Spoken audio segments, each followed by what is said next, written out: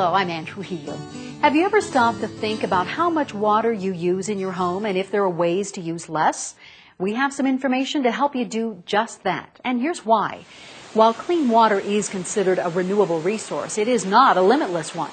No matter where you live or where your water comes from, using water wisely makes sense. You'll save money on your water bill, and you'll be doing your part to conserve a resource that is vital to life itself.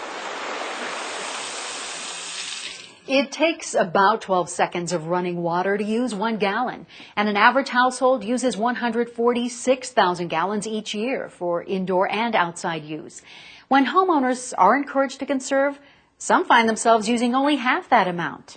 And here's how.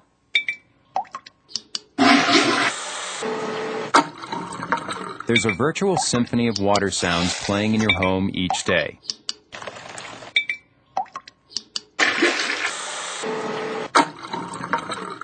The fact that water comes out of the tap is a given. It's something we don't even think about. But many communities around the country are giving a great deal of thought to helping residents use less water. And the good news is, it's easy once you know how to do it. Let's start with some information about how and where we use water.